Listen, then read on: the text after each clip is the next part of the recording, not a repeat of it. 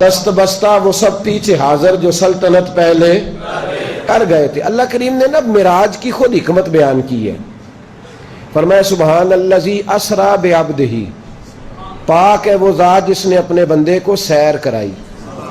معراج سفر نہیں، سیر ہے، سفر نہیں، سفر مجبوری سے ہوتا ہے، سیر بڑی خوشی خوشی ہوتی ہے، اور سارے بندے سیر نہیں کرا سکتے، ہر بندے کے بس کی بات نہیں کسی کو سیر کرانا۔ نبی پاک علیہ الصلوۃ والسلام پریشان رہتے تھے، طائف والوں نے پتھر مارے، جناب ابو طالب وصال کر گئے، کچھ دن گزرے تو سیدہ خدیجہ الکبریٰ بھی پردہ کر گئیں، تو حضور پریشان رہتے تھے، تو رب فرماتا ہے میں نے کہا حبیب چل آ میں تجھے سیر کراؤں۔ سبحان الذی اسریٰ، پاک ہے وہ ذات جس نے اپنے بندہ خاص کو، یہ سیر ہے میرے نبی، یہ سفر نہیں حضور کا، یہ حضور کا سفر نہ سیر ہے، یہ سیر ہے جس میں حضور سواری پہ بیٹھے ہیں تو جہاں اس کی نظر جاتی ہے وہاں اس کا قدم جاتا ہے، یہ سیر ہے جو اللہ کرا رہا ہے۔ جب اللہ محبوب کو معراج کرائے تو وہ سیر ہے، اور جب امتی اپنے نبی کو پکارے پھر حضور سیر کرتے ہوئے نہیں آتے، پھر نبی پاک سفر کرتے ہوئے آتے ہیں، اور سفر جو ہوتا ہے نا وہ سیر سے جلدی ہوتا ہے۔ سیر تو بندہ دیکھتے دیکھتے کرتا ہے، تو سفر ذرا جلدی جلدی کرتا ہے۔ امتی جب پکارتا ہے تو پھر حضور سفر کرتے ہوئے آتے ہیں۔ تو بھائی فرمایا میں نے اپنے محبوب کو بندہ خاص کو سیر کرائی، من المسجد الحرام الی المسجد الاقصی، مسجد حرام سے لے کر مسجد اقصی تک، مسجد الحرام سے لے کر مسجد، بولیے۔ میرے ایک دفعہ کہا کہ کوئی دوست کہنے لگے سیر کو جانا، میں نے کہا چلو، ضد کرتے تھے تو میں ان کے ساتھ ہو گیا۔ تو اسلام آباد کی طرف جانا تھا، تو سب سے پہلے میں انہیں عیدگاہ شریف حافظ عبد الکریم صاحب کے مزار پہ لے گیا، پھر اس کے بعد حضرت امام بری صاحب چلے گئے، پھر اس کے بعد فیصل مسجد چلے گئے، کہندے اسی سیر کرنا ایسا کہ مسیطہ ویکھنا ایسا، تو انہوں مسیطہ مخان تے لاتا ہے۔ اور میں نے کہا نادانو، یہ جو سیر ہے نا اللہ والوں کی، یہ تو سیر قرآن نے بیان کی، من المسجد الحرام الی المسجد الاقصی، مسجد سے سیر شروع ہوئی اور ختم کہاں ہوئی؟ تو وہ عجیب بندہ ہے جو سیر کرنے جائے اور اس علاقے کی مسجد میں نہ جائے، اس کا مطلب ہے وہ سیر کو سمجھا ہی نہیں۔ اصل سیر شروع بھی مسجد سے ہوتی ہے اور ختم بھی۔ وہ بڑا خوش نصیب ہے جو عمرہ کرنے جاتا ہے تو مسجد میں نفل پڑھ کے جاتا ہے اور اگلے جا کے بیت اللہ شریف میں پڑھتا ہے۔ یہ مسلمان کی سیر ہے کہ وہ مسجدیں دیکھے، بیت اللہ دیکھے، اللہ کا گھر دیکھے، اللہ کے ولیوں کے مزار دیکھے، مسلمان کی یہی سیر ہے۔ بہرحال اس پر میں کچھ باتیں کر چکا، میں تھوڑا آگے جانا چاہتا ہوں۔ مسجد اقصی کون سی؟ الذی بارکنا حولہ، اللہ فرماتے ہیں جس کے ارد گرد ہم نے برکتیں رکھی۔ جس کے مسجد کے اندر برکت ہوتی ہے کہ ارد گرد ہوتی ہے؟ الذی بارکنا حولہ، جس کے ارد گرد ہم نے۔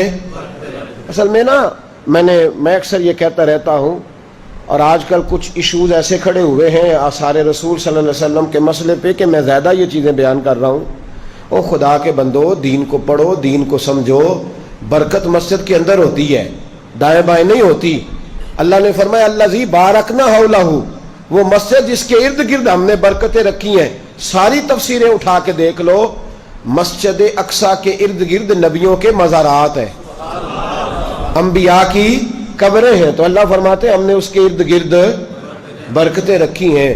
تو اگر عام انبیاء کے مزار ہوں تو وہاں بڑی برکت ہوتی ہے، تو جہاں امام الانبیاء کا مزار ہو، جہاں رسول کائنات کا مزار ہو، وہاں برکت ہی کوئی نہیں، وہ جگہ تبرک والی نہیں۔ الذی بارکنا حولہ، تو نبی پاک صلی اللہ تعالی علیہ وسلم کے بارے میں رب فرماتے ہیں کہ ہم نے اس جگہ کی سیر کرائی جس کے ارد گرد ہم نے برکتیں رکھی۔ تو خود حکمت بیان کی اللہ نے، فرمایا سیر اس لیے کرائی ہے لنوریہ من آیاتنا، تاکہ ہم اپنے نبی کو اپنی نشانیاں دکھائیں، اپنے رسول کو اپنی، انہ هو السمیع البصیر، بے شک وہ سننے والا بھی ہے اور دیکھنے والا بھی۔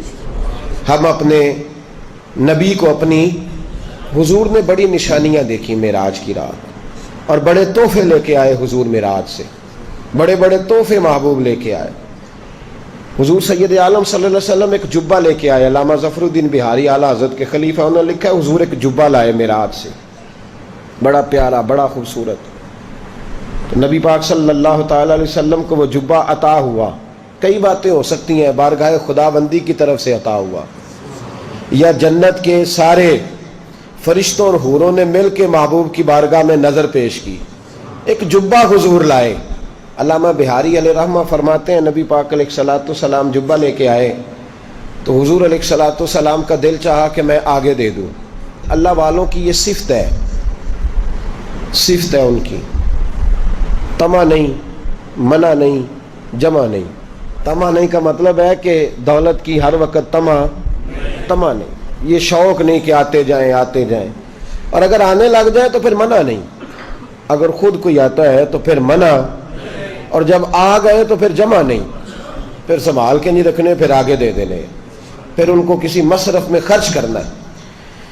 نبی پاک صلی اللہ علیہ وسلم جبہ لائے تو اب سرکار دو عالم صلی اللہ علیہ وسلم نے ارادہ فرمایا کہ اب اس کو آگے بانٹنا ہے، آگے دینا ہے.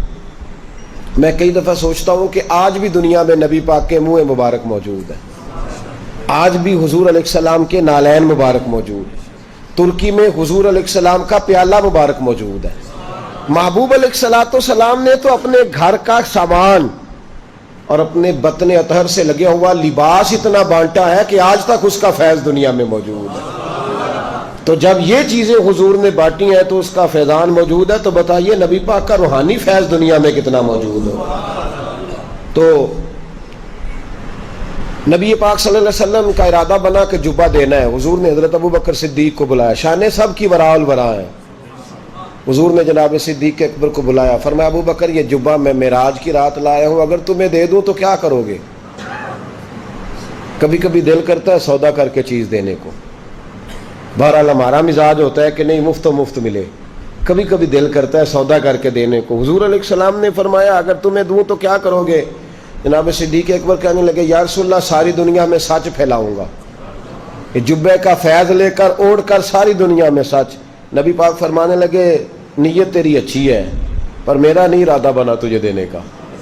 حضرت عمر کو بلایا، کہ عمر جبہ اگر تمہیں دے دوں تو کیا کرو گے؟ عرض کی یا رسول اللہ صلی اللہ تعالی علیہ وسلم میں پوری دنیا میں عدل قائم کروں گا، کہیں نا انصافی نہیں ہونے دوں گا. اس جبے کا مجھے فیض ملے گا، برکت ملے گی، روحانی طاقت ملے گی، عدل ہی عدل کر دوں گا.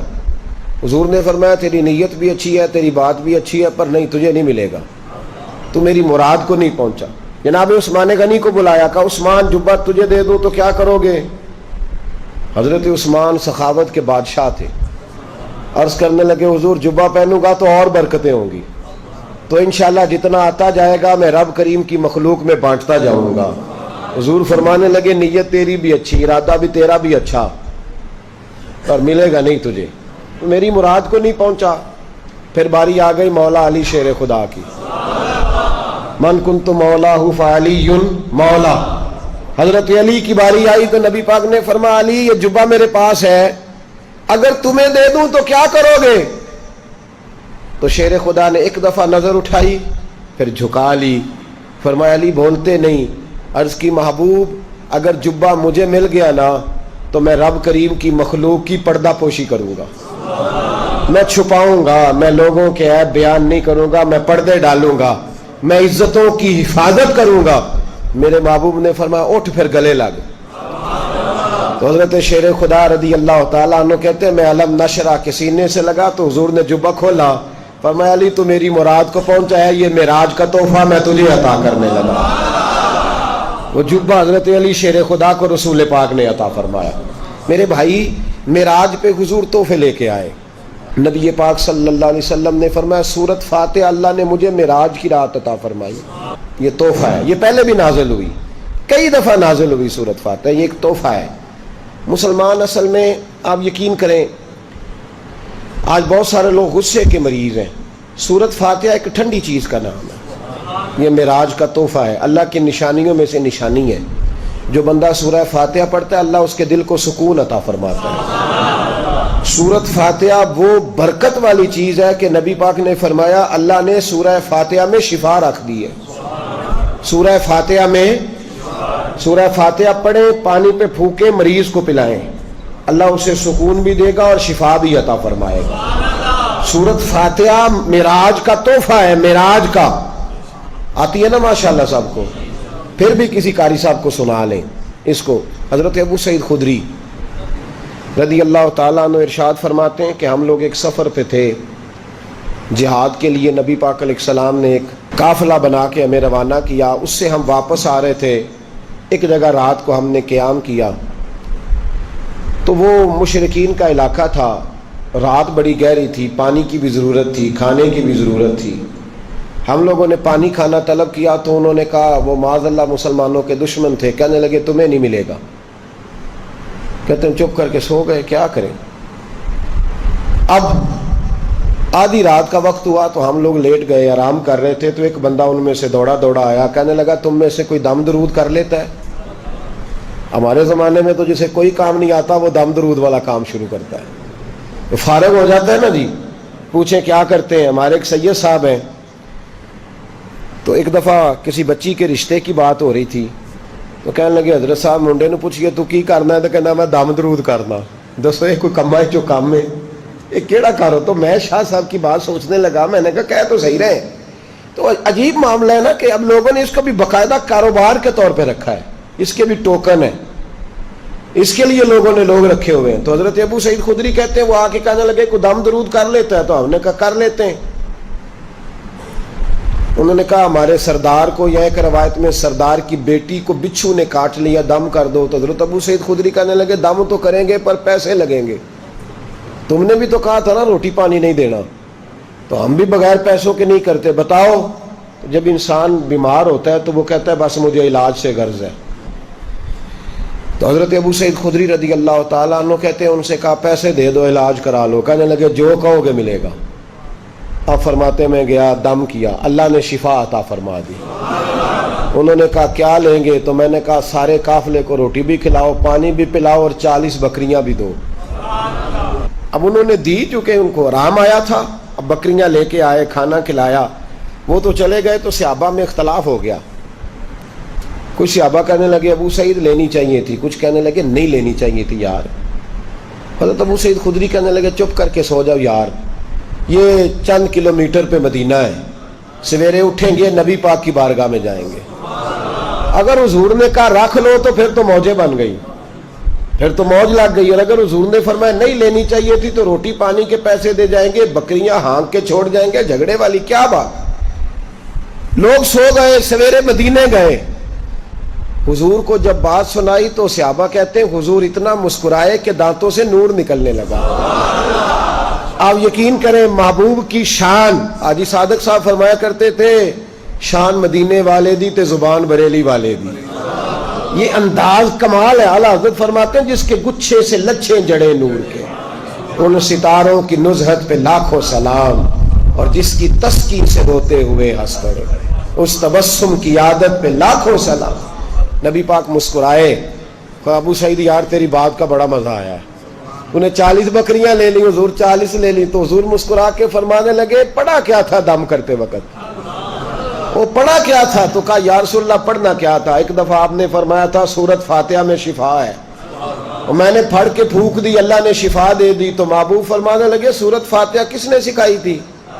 کہا حضور آپ نے۔ تو فرمایا پھر 20 بکریاں میری ہیں، 20 تمہاری ہیں، لاؤ آدھی آدھی کرو، استادوں کا حق ہوتا ہے، لاؤ آدھی آدھی کرو۔ اب تو استاد کو حق لوگ جانتے نہیں نا، میرے ہاتھوں کے تراشے ہوئے مٹی کے صنم آج بت خانے میں بھگوان بنے بیٹھے ہیں، اب تو لوگ پوچھتے ہی نہیں نا استادوں کو۔ گئی بات، زمانہ بیت گیا، وہ پتھر جن کو سکھائی تھی قوت گویائی ہم نے، وہ جب بولنے لگے تو ہم پر ہی برس پڑے، اب تو پوچھتا کوئی نہیں۔ تو نبی کریم صلی اللہ تعالی علیہ وآلہ وسلم فرمانے لگے لاؤ بھائی 20 بکریاں میری، 20 تمہاری۔ تو حضرت ابو سعید خدری کہتے ہیں ایسا مجمع میں نور دوڑا، ایسا چہروں پہ حسن دوڑا کہ میری بھی آنکھوں میں آنسو آ گئے۔ میں نے کہا یا رسول اللہ 20 کیا، بکریاں بھی آپ کی، ہم بھی آپ کے، حضور ہماری نسلیں بھی آپ کی، ہر شے یا رسول اللہ آپ کی ہے۔ تو حضور نے فرمایا جاؤ تمہارا یہ سارا کچھ، یہ ان کا مال ہے، سمجھ لو مال غنیمت ہے، جاؤ جا کے استعمال کرو۔ تو سورت فاتحہ اتنی بڑی چیز ہے، یہ معراج کا تحفہ ہے۔ یہ کیا ہے؟ اور پھر معراج کا تحفہ ہے، آمن الرسول سے لے کر سورت بقرہ کے اختتام تک، یہ معراج کا تحفہ ہے. یاد کرنا چاہیے نا, بولے تو صحیح. ابھی پڑھیے گا معراج کا تحفہ ہے. جب آپ کو ٹائم دیں گے نا تھوڑا سا عبادات کے لیے اپنا اس میں اس کو تلاوت کریں. یہ معراج کے تحفے ہیں. پھر نماز معراج کا تحفہ ہے. آپ کو بتاؤں, نماز ایک لذت والا کام ہے, نماز ایک ذوق والا کام ہے. بزرگ تھے تو مجھ سے ایک دفعہ میں بڑے دور سفر سے آیا بس سے واپس, تو مجھے کہنے لگے کوئی گاڑی کا ارینج کرو, بسوں پہ سفر نہیں ہوتے, کام خراب ہوتا ہے. تو میں نے ایسے ہی عرض کر دیا, میں نے کہا حضور اپنی گاڑی کا کیا فائدہ ہوتا ہے. بزرگوں کی سوچ ہے نا. فرمانے لگے اپنی گاڑی کا فائدہ ہے کہ نماز قضا نہیں ہوتی. جہاں وقت آتا ہے بندہ وہیں کھڑی کر کے پڑھ لیتا ہے, وہیں پڑھ لیتا ہے. بھائی نماز ایک لذت ہے, نماز ایک حسن ہے. پتہ ہے بہت سارے لوگ بے چین کیوں ہیں؟ نماز وجود کی ضرورت ہے. جب لوگ نماز نہیں نہ پڑھتے, اللہ تعالیٰ نے وجود کے اندر روٹی کی خواہش رکھی ہے, پانی کی خواہش رکھی ہے, نیند کی خواہش رکھی ہے, تو جس کو رب نے پیدا کیا اس کے وجود میں عبادت کی جگہ بھی رکھی ہے. تو جب ہم سویرے اٹھ کے نماز نہیں نہ پڑھتے, اس کا مطلب یہ ہے کہ پھر ہمارا دن صحیح روشن نہیں ہوتا. اس بندے کا دن اصل روشن ہوتا ہے جو سویرے اٹھ کے پہلے نماز ادا کرتا ہے. ظہر کا وقت آیا پھر نماز پڑھے, عصر کا وقت آیا, اور میرے نبی پاک علیہ السلام نے فرمایا الصلاۃ عماد الدین, نماز دین کا ستون ہے. ستون کا مطلب ہوتا ہے کہ جس پر چھت کھڑی ہوتی ہے. تو دین کی جو عمارت ہے نا, اس کی مضبوطی کب آئے گی؟ جب آپ کو ایک بات بتاؤں پتے کی, اس کو یاد رکھنا. بے نمازی بندہ جو ہوتا ہے نا, بے نمازی وہ دنیا کا سب سے بڑا بے وفا ہے اور سب سے بڑا ناشکرا ہے. آپ اگر بے نمازی سے وفا کی توقع کریں یا شکر کی توقع کریں کہ وہ کسی کا ساتھ دے گا, تو یہ زیادتی ہے. بڑی ٹھنڈی رات ہے اور بہت بڑی بات میں نے چھیڑ دی ہے.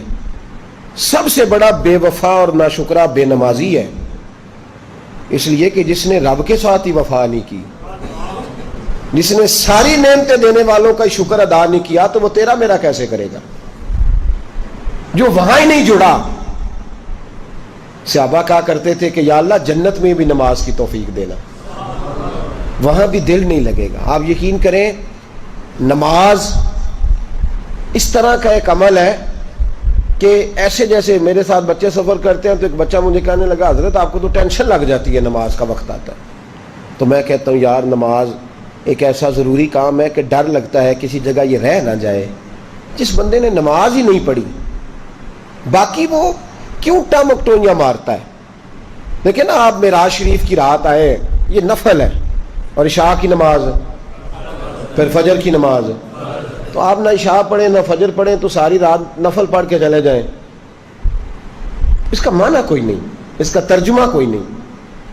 اصل روٹی ہے, روٹی ایک بندہ کھاتا نہیں, وہ سلاد بھی کھایا جاتا ہے, پانی بھی پیے جاتا ہے, چٹنی بھی استعمال کرتا ہے, تو روٹی کھا نہیں رہا.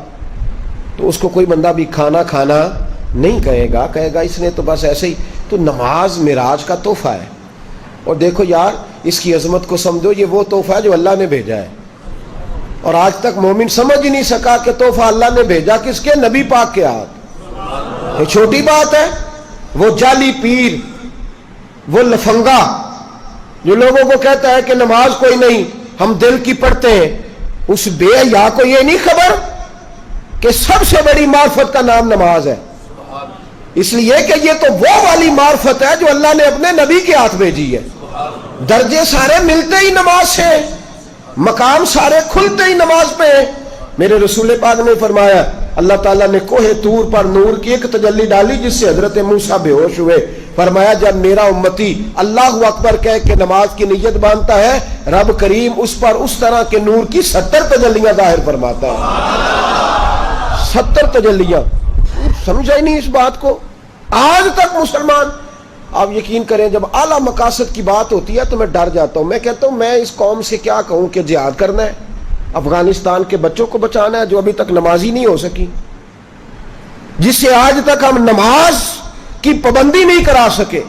وہ قوم دین کا بول بالا کرے گی؟ اب تو شرم آتی ہے کہتے ہوئے کہ نماز پڑھا کرو، شرم آتی ہے یہ لفظ ادا کرتے کہ ہماری ساری زندگیاں گزر گئیں، ہم ایک نماز نہیں پڑھوا سکے۔ ایک بات اور یاد رکھنا، جو مجھ سے زیادہ پیار کرنے والے لوگ ہیں، میرے قریب رہنے والے، اگر میں نے کسی سے نماز کا پوچھنا چھوڑ دیا نا تو اس کا مطلب یہ ہے کہ میں سخت اس شخص سے بیزار ہو گیا ہوں، اب میں پوچھتا ہی نہیں اس سے۔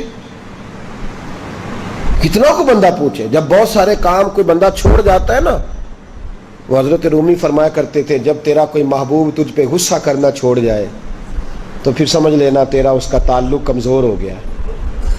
جب وہ تیرے اوپر جتنا زیادہ جلال کرتا ہے اس کا مطلب ہے کہ اس کا تجھ سے پیار اتنا ہی زیادہ ہے، اور جس دن وہ کہہ جائے نا نہیں اس نے نہیں سمجھنا، وہ چپ کر جائے، تو اس دن سمجھ لے کہ تو ناکام ہو گیا، تو محبت میں ہار گیا، خدا را۔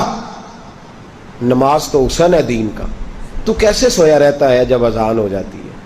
تجھے کیسے خیال نہیں آتا جب تجھے مسجد؟ تو بتا تو صحیح، اللہ کی دھرتی پہ رہ کے، اس کے آسمان کے نیچے اس کی روٹی کھا کے، پھر وہ جب سزا دیتا ہے نا تو پھر کروڑوں روپیہ دراز میں پڑا ہوتا ہے، پر مالک کہتا ہے بس سوائے دوائی کے کوئی شے نہیں تجھے کھانے دوں گا، کھا کے دکھا، کر جرت، کر ہمت۔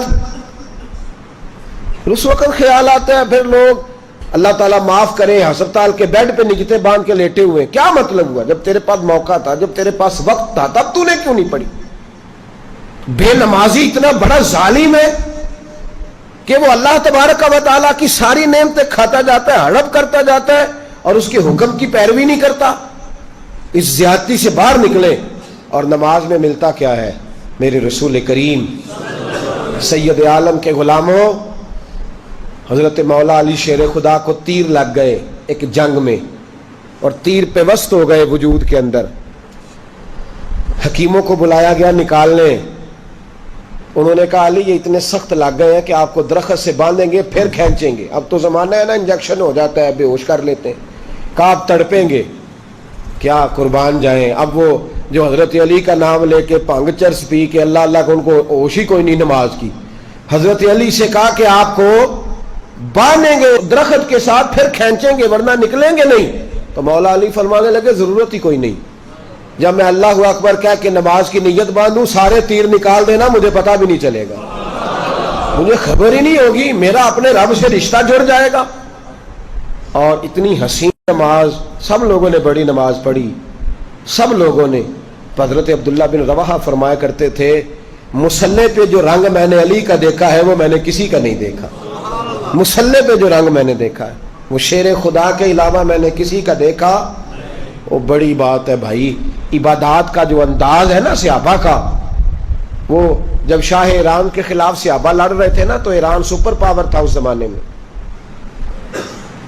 تو حضرت سعد بن ابی وقاص لشکر لے کے گئے تو اس نے جاسوس بھیجے، کا پتہ تو کرو مسلمانوں کی حیثیت ہے کیا، دن کو کہاں ہوتے ہیں، رات کو کہاں ہوتے ہیں، اور انداز کیا ہے، کھاتے پیتے کیا ہیں، ہر جگہ فاتح ہی ہیں۔ تو جاسوس نے واپس آ کے کہا صاحب کچھ بھی نہیں کھاتے، کھجورے کھاتے ہیں، ستو پیتے ہیں، بس ایک کمال ہم نے دیکھا ہے کہ جب رات مصلی پہ بیٹھتے ہیں تو پھر دنیا سے کٹ جاتے ہیں، پھر دنیا سے ان کا کوئی تعلق نہیں رہتا۔ او بھائی عبادت تو زندگی کا حسن ہے۔ ایک مثال مجھے بڑی پیاری لگتی ہے بزرگوں کی، سنا دیتا ہوں۔ بزرگ کہا کرتے تھے کہ جس مقصد کے لیے جس چیز کو بنایا جائے، جب وہ مقصد پورا نہیں نہ کرتی تو پھر اس چیز کو رکھا نہیں جاتا۔ سگے چچا کی بیٹی سے لوگ نکاح کریں نا، سگے چچا کی بیٹی سے، لیکن اگر اس کے ہاں اولاد نہ ہو تو نہ دادا یاد رہتا ہے نہ دادی، اور نہ لوگوں کو چاچا یاد رہتا ہے اور نہ چچی، پھر سارا خاندان بیٹھ کے فیصلہ کرتا ہے کہ بیٹے کی دوسری شادی کرنی ہے۔ وہ کہتے ہیں جس مقصد کے لیے بہو لائے تھے وہ مقصد ہمارا پورا، اب کیا اس کو ظالم کہو گے؟ کسی سے بھی بات کی جائے گی نا دوسری شادی کرنی ہے تو کہے گا حق ہے، صحیح کہہ رہا ہوں، کوئی بندہ ناراض تو نہیں نا اس میں، کہے گا جی 12 سال ہو گئے شادی کو، بچی بچہ کوئی نہیں، حق ہے کر لے، حالانکہ ویسے بھی جائز ہے، لیکن یہ اس طرح کا معاملہ ہے کہ لوگ کہیں گے جی بس ایک کرے کوئی حرج نہیں۔ پنکھا میں نے منگایا مسجد کے لیے، مسجد کے اندر لگانا تھا، پاک جگہ تھی، پنکھا چلا ہی نہیں، لگا رہنے دے مسجد میں، جس مقصد کے لیے بلایا تھا اس نے حل ہی نہیں کیا، اب اس کو اتاریں گے پھینکیں گے، کباڑیے کے پاس جائے گا۔ وہی گاڑی ہوتی ہے جس گاڑی کو لوگ صاف کرتے ہیں اور گاڑی کے اوپر کپڑا ڈالتے ہیں، لیکن وہی گاڑی جب خراب ہو جاتی ہے، کام کی نہیں رہتی، تو پھر لوگ چھوڑ آتے ہیں، کہتے ہیں اسے بیچ دینا جتنے کی بھی بکی۔ اس لیے کہ جس مقصد کے لیے چیز ہوتی ہے مقصد پورا نہ کرے تو پھر اس کا مالک اس کی پرواہ نہیں کرتا۔ اللہ فرماتے ہیں وَمَا خَلَقْتُ الْجِنَّ وَالْإِنسَ إِلَّا لِيَعْبُدُونَ، میں نے جن اور انسان اپنی عبادت کے لیے پیدا کیے، اور جب تو عبادت ہی نہ کرے، پیدا کس لیے کیا؟ پیسے کمانے کے لیے، دکان لمبی بڑی چوڑی خریدنے کے لیے، اس لیے پیدا کیا کہ تو مارکیٹوں کا مالک ہو، اس لیے پیدا کیا کہ تو جو تیرے مکان کے پیچھے مکان ہے وہ بھی تو خریدے، اس لیے پیدا کیا کہ پھر اس کے پیچھے جتنے مربع زمین ہے ساری تیری ہو، اس لیے تجھے پیدا کیا کہ ہر بینک میں تیرا اکاؤنٹ ہو، تو وزیر بنے، مشیر بنے، اس لیے تجھے پیدا کیا۔ اِلَّا لِيَعْبُدُونَ، فرمایا میں نے تمہیں اپنی، اور اگر تو عبادت نہیں کرے گا تو میں تو پہلے ہی بے نیاز ہوں۔ وہ کہتا ہے میں تو پہلے ہی اللہ الصمد ہوں، تو ٹھیک ہے، تو نے نہیں عبادت کی تو جہنم بھی بنی ہوئی ہے۔ پھر کو بندہ کہ یہ رحمت الہی کے خلاف ہے، تو میں پوچھتا ہوں تیرے اندر رحمت کہاں گئی جب تو گاڑی چھوڑ آیا تھا؟ تیرے اندر رحمت کہاں گئی جب تو نے پنکھا پھینکا تھا؟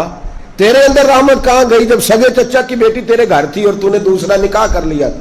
تو جب تیری اپنی باری آتی ہے تو 8 سال پرانی اینٹیں تیرے گھر میں لگی ہوئی تھی، لیکن تو نے کہا کام نہیں دیتی ہوں، کھیڑ پھینکو، تیرا اپنے لیے ذہن اور ہے، اور جب باری آتی ہے ذات خدا بندی کی تو کہتا بڑا کریم ہے معاف کر دے گا، ذرا تو اپنا بھی تو خیال کرنا، اپنی طرف بھی تو ذرا توجہ کرنا۔ میں نے ایک صاحب سے کہا کہ زکوٰۃ پوری دیں، کہتے ہیں میں بس دے دیتا ہوں اللہ قبول کرنے والا ہے۔ تو میں نے کہا آپ کو گاہک اگر آدھے پیسے دے دے تو قبول کر لیتے ہو؟ بلکہ بڑا جاننے والا بھی ہو تو اس کو کہتے ہیں بھائی یہ میرا کاروبار ہے، تو گھر آنا کھانا کھلائیں گے، چائے پلائیں گے۔ عبادت حسن ہے، عبادت اصل ہے، عبادت روح ہے، عبادت ایمان ہے، عبادت تیقن ہے، عبادت سے ہی تو وہ ملتا ہے، عبادت سے ہی تو وہ دکھائی دیتا ہے، عبادت سے ہی تو اس کا نور۔ کسی نے ایک دفعہ حضرت علی سے پوچھا رب کو دیکھا؟ فرمانے لگے میں جب ایک سجدہ کرتا ہوں تو اتنی دیر تک دوسرا کرتا ہی نہیں جب تک اپنے رب کے جلوے نہیں دیکھ لیتا۔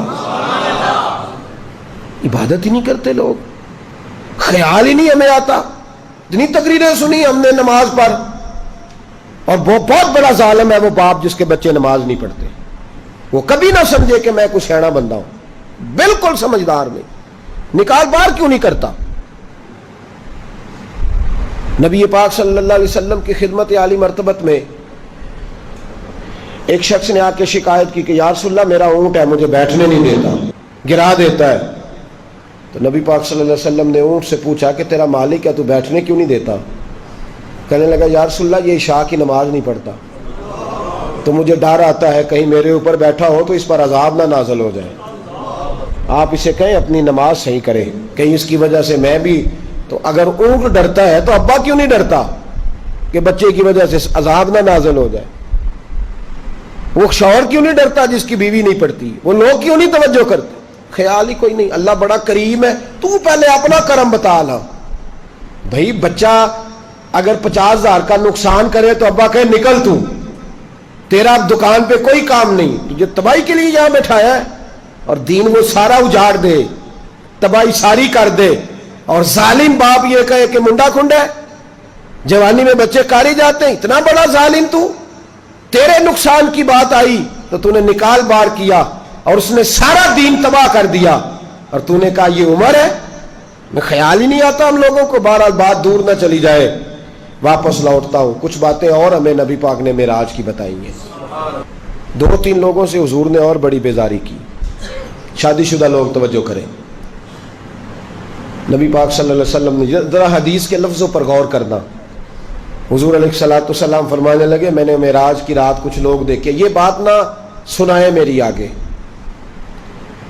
سنائے اس بات کو آگے پہنچائیں، اس حدیث کو روایت کریں۔ حضور فرماتے ہیں میں نے معراج کی رات کچھ لوگ دیکھے جن کے پاس اعلیٰ خوبصورت پیارا کھانا پڑا تھا، بہترین غذا تھی، پاس پڑی تھی، لیکن وہ گند کھا رہے تھے، وہ بدبودار چیزیں کھا رہے تھے،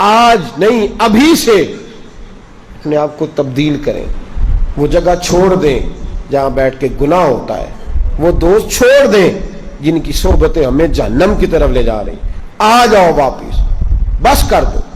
خدا را ہمیں اپنے وجودوں پر رحم کھانا چاہیے، ہمیں ڈرنا چاہیے۔ تو معراج کی یہ نشانیاں ہمیں رسول کریم علیہ الصلاۃ والسلام نے عطا کی ہیں۔ رب کریم ہم سب کو اپنے محبوب کی سچی غلامی عطا فرمائے، اور حضور علیہ الصلاۃ والسلام کی صحیح فرما برداری کے اللہ ہمیں موقع نصیب فرمائے۔ اللہ توفیق عمل عطا فرمائے۔ آخر دعوانا ان الحمدللہ۔